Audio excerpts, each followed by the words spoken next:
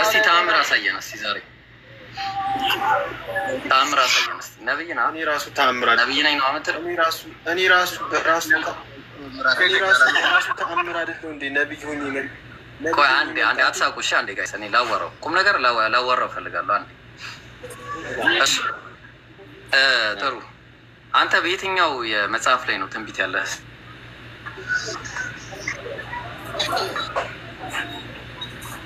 ስለኔ የተለያዩ መጽሐፍቶች ቁርአን ነው፣ እንስሳዎች ተናግረዋል። እስኪ ጥቅስ ስጠኝ። እሺ ጥቅስ የትኛው? ቁርአን ላይም ነበር ወይ ከቁርአን ወይ ከ አሁን ቁንትን እሺ የት አለ? የለም አሁን የለም ወጥቷል። የሆነ ሱራ ላይ ተገልጾ እንደነበር ብቻ ቃለው ከአሁን በፊት እንስሳ ማውሩት አያችሁ። በቃ አንተ አሁን ምንም አይነት እውነት የሌለ ሰው ነው። አሁን አንተ በጣም ይቅርታ ራስህ ላይ አትቀልድ። ወላሂ ነው የምልህ። ህይወት መጫወቻ አታርጋት ህይወትህን። እዚህ ሁሉ ሰው ላይ የእንትን ጌም አትጫወት። ወላሂ ነው የምልህ። ቆይ አንዴ አዳምጠኝ። አንዴ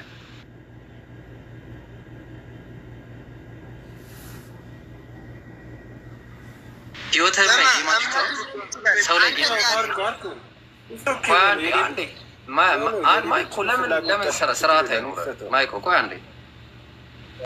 አንዴ ሚዩት እየተጫወት ካውራ ምን መሰለህ፣ ችግር የለውም። ይኸውልህ ምን እናደርጋለን መሰለህ፣ አንድ አምላክ አንተን የፈጠረህ አንድ አምላክ አለ አይደለ? ቆይ አንዴ አምላክ ሳይገለጠልህ ተገለጠልኝ ማለት በራሱ ውሸት ነው አይደለ? ለምን ተዋሻለህ አምላክ ላይ? የት ሰው አሻየክ? ለምን ተዋሻለህ? ቁርአን ላይ ነቢያችን ሰለላሁ ዐለይሂ ወሰለም ኻተመን ነቢይ የመጨረሻው ነቢይ ተብለው ተልከዋል። አንተ ነቢይ ነኝ ብለህ ስትል ቁርአን ደግሞ አንተ ነቢይ ነኝ ስትል ቁርአን ሲጀመር እኔ ከአንተ ጋር ማውራት ፌመስ ማድረግ ነው። በነገራችን ላይ አንተ ያው ፌመስ ሆናለህ። ቆይ የቱ ጋር እስኪ አንዴ ቆይ አይደለም ተረጋጋ። ቆይ አንዴ ይሰማል ግን የማወራው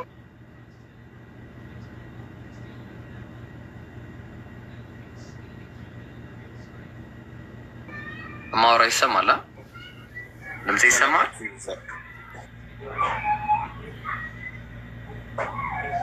ኦኬ አንዴ ቆይ ኔትወርኬን ላስተካክል። በፍቅር አምላክ ስም እንግዲህ ወደዚህ ሃይማኖት በመምጣት መዳን ትችላላችሁ። በእውነት መዳን ትችላላችሁ። ቆይ አንዴ አሁን ኔትወርኬ ሰርቷል። ቆይ አንዴ ላውራ። ቆይ አንዴ እሺ፣ ሰላም ልበለዋ።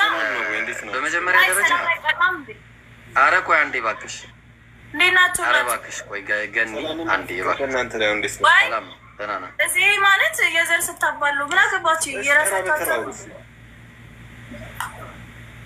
ቆይ አንዴ እሺ። አሁን ምን መሰለህ፣ ችግር የለውም እየተደማመጥን እናውራ። ጥሩ እሺ ወንድሜ፣ ምን መሰለህ ወዳጅ፣ አንተ አሁን በቁርአን ታምናለህ? በቁርአንም በመጽሐፍ ቅዱስም አምናለሁ ብላለህ። ቁርአን ነቢዩ መሐመድ ይዘው የመጡት ነቢይ ናቸው። ነቢዩ መሐመድ ነቢይ መሆናቸው እናምናለን። ቁርአን ይዘው የመጡ ነቢይ መሆናቸው እናምናለን። ኢየሱስ ምናብ መሆኑን እናምናለን። ብሉይ ኪዳን ላይ ሙሴ ምናብ መሆኑ ሙሴ እና አብርሃም ብቻ ነቢይ ናቸው እናምናለን። እሺ ወንድሜ፣ ስለዚህ አሁን በነቢዩ መሐመድ ካመንክ፣ ቆይ አንዴ አዳምጠኝ። ከነቢዩ መሐመድ በኋላ ሌላ ነቢይ እንደማይመጣ ይናገራል ቁርአኑ። ከዛ በኋላ ሌላ ነቢይ አይመጣም ይላል። እኔ የኻተመን ነቢይ ወይ ደግሞ የመጨረሻው ነቢይ አድርጌሃለሁ ብሏቸዋል ነቢያችንን ሰለላሁ ዐለይሂ ወሰለም። ከየት አመጣኸው ታዲያ? በቁርአን የተፈለገው ነቢዩ ለምን ታጭበረብራለህ? ነቢዩ መሐመድ የመጨረሻ ነቢይ እንደሆኑ ለመግለጽ ተፈልጎ ነው እዛ ጋር።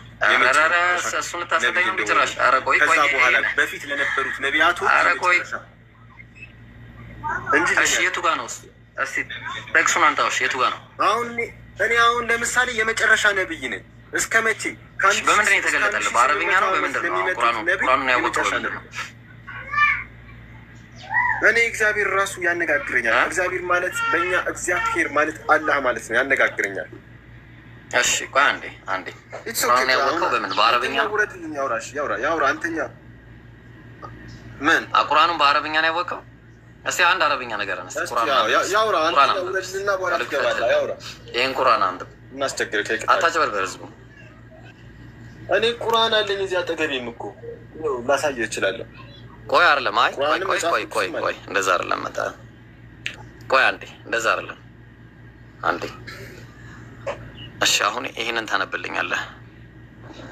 ቆይ አንዴ በመንፈስ ያወራሁትን እንጂ የምናገረው አረ ቆይ አንዴ ይሄን እስቲ አሁን ይሄን አንብበው እስቲ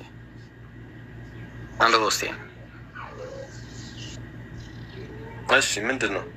አቅርበው አይታይም። እስቲ አቅርበው እስቲ እሺ ስክሪንሾት ላድርግ። አይታይም። አቅርበው ማለት ግማሽ ነው የሚታየው።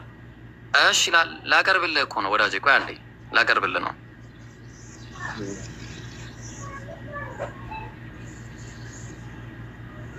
ሰላማችሁ ይብዛበት። እሺ አንብበው ያው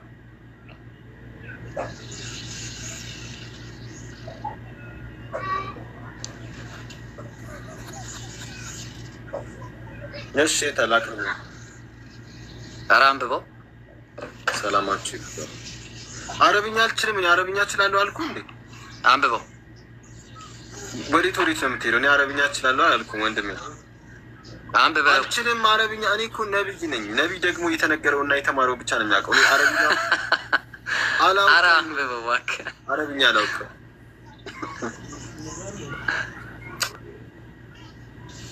ነብይ እኮ ነህ። ምንድን ነው የምዘባርቀው እንዴ? ቁርአንን አውቃለሁ ካለ በኋላ አረብኛ አልችልም ይለኛል። ጋይስ ነብይን ሁሉ አዳምጠኝ። ይኸውልህ እኮ ቁርአን ላይ በምን አወቀው ታዲያ? በየትኛው ጥቅስ ነው ያወቀው? ቁርአን ላይ ትገርሙኛላችሁ። ቁርአንን አንብበው። በነገራችን ላይ ቁርአንን ያስተማሩኝ የራሳቸው ቁርአንን ያስተማሩኝ የራሳቸው በመንፈስ ነብዩ መሐመድ ናቸው። አረብኛ መቻስተህ እኮ አምላክ ይገልጥልኛል ብለህ የለ። እስቲ ይግለጥልህና አንብብልን እስቲ። ያው ይኸውልህ ቁርአንን ያስተማሩኝ ነብዩ አምላክ ይግለጥልህና አንብብልን እንስማ። አምላክ ይግለጥልህና አንብብልን እንስማ። አላውቅም አልኩህ እኮ ምን ታደርገኛለህ እኮ። ቆይ አያችሁ፣ በቃ አጭበርባሪ ነው። እያጭበረበራችሁ ነው። ምንም በቃ አታጭበርብር። ይኸውልህ ወንድሜ ዝም ብለህ ለምን ትደርቃለህ? ትክክል። አላውቅም ማለት አዋቂነት ነው። በጣም ጥሩ ነው። አላውቅም ማለት አሪፍ ነው። ይኸውልህ እኮ ነብይን እንደ እግዚአብሔር አድርጋችሁ የምታዩት ምንድን ነው? ቆይ አንዴ ማለት ሁሉንም አያውቅም። ነቢይ ማለት መልእክተኛ ነው። መልእክተኛ ማለት አንዴ ገና ብዙ ነገር ነው ያለው። ቆይ አንዴ ተረጋጋ። አንዴ እሺ፣ አሁን አንዴ ተረጋጋ። ኧረ እባክህ ሰውዬ ምንድን ነው የሚያብደው? የኛው ማይኮ ቆይ አንዴ።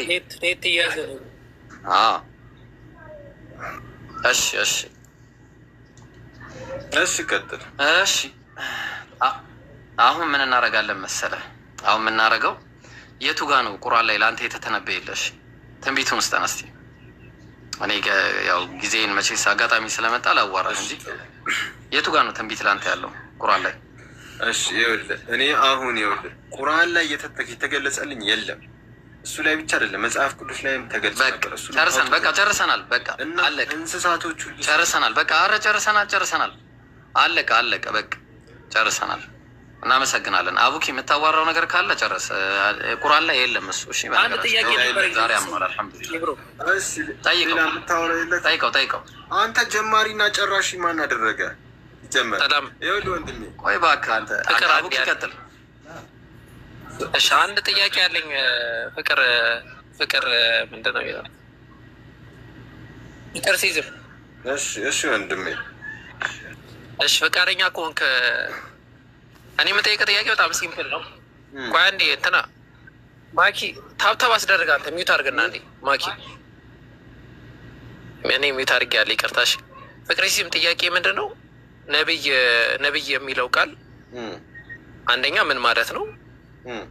የምን ቋንቋ ነው? ይህንን ንገረኝ እስኪ መጀመሪያ። ምን ቋንቋ ነው ነብይ የሚለው? ከምን ቋንቋ ነው የመጣው? መጀመሪያ ነብይ ማለት እሺ፣ ጥሩ ተራ በተራ እናውራ። ነብይ ማለት መልእክተኛ ማለት ነው። መልእክተኛ ደግሞ የእግዚአብሔር ሀሳብ ማስረጃ አዳምጠኝ። የራሴን ሀሳብ አሁን መጀመሪያ ያወራሁልህ ማስረጃማ የራሳችን ቅዱስ ፍቅር መጽሐፍ ነው እኮ። እዛ ላይ ስጠኝ አንቀጽ ጥቀስና ነብይ ማለት መልእክተኛ ነው የሚለውን ስጠኝ እስኪ መጽሐፋችን ውስጥ። በእኛ መጽሐፍ 10:42 ላይ ነቢይ ማለት መልእክተኛ እግዚአብሔር ይዞ የመጣው አስከፍተው ሀሳብ ለሰዎች የሚያስተላልፍ ነው ይላል። 10:42 አሳየን እስኪ ክፈተው። አሁን መጽሐፉ እዚህ የለም፣ ያለሁበት ቦታ መጽሐፍ የለም። በሶፍት ኮፒ ቴሌግራም ላይ ለአብዛኛው ለቀነው አፕሎድ ይኸውልህ፣ ውሸት ሳይሆን አፕሎድ አድርገውታል። በጣም ከ40,000 ሰው በላይ አፕሎድ አድርገውታል ቴሌግራም ላይ ለቀነው። እናም እኔ ደግሞ ነቢይ ስለሆንኩኝ መጽሐፉ መያዝ አይጠበቅብኝም። ቋንቋዎች ከምር ነው የመጣው ነቢይ የሚለው።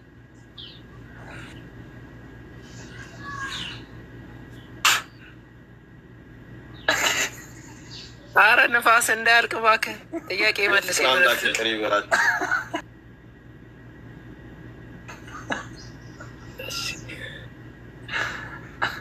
ነቢይ እንዳይወጡ ጥያቄውን ይመልሱልን። ማኪ ሚዩት አድርጌዋለሁ እና በጣም አሳዘነኝ። በጣም እያወራ ነው ብሮ። እኛ ሌሎችን እስካለካን ድረስ መነጋገር እንችላለን ፖዚቲቭሊ፣ ችግር የለውም። እና ማንንም ሌሎች ሰዎችን የምንነካበት ጉዳይ የለንም፣ ፍላጎትም የለንም፣ ስሜቱም የለንም። እሺ ጥያቄን መልስልኝ። ነቢይ የሚለው ቃል ከምን የመጣ ነው? ነቢይ የሚለው ከእግዚአብሔር የመጣ ቃል ሲሆን መልእክተኛ ነው። መልእክተኛውንም ከእግዚአብሔር የመጣውን ሀሳብ ለሰዎች የሚያደርስ ማለት ነው። የራስ ሀሳብ አይደለም። ሁሉ ነገር እማቅ አይደለውም። የተወሰነልኝ ውስኝ ነገር አለ ከእግዚአብሔር የመጣ እሱን የምናገር እንጂ ዝም ብዬ የምዘባርቅ አይደለሁም። አንተ ያልጣልኝ ሁሉ አላወራም። ቁርአንን እንተውና ባይብል ላይ ሲተነበየልህ በምን ቋንቋ ነው የተተነበየልህ ለአንተ?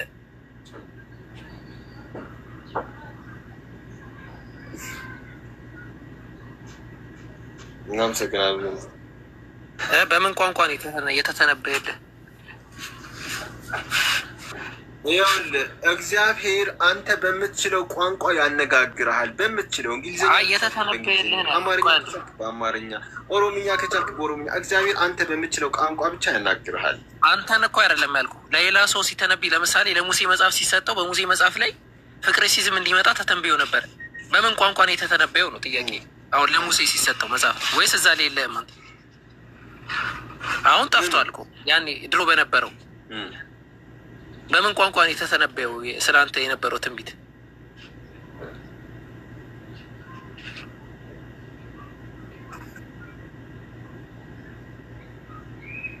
ያው ለመውጣት እየፈለክ እንዳይሆን ጠፍቶበት መሰለኝ።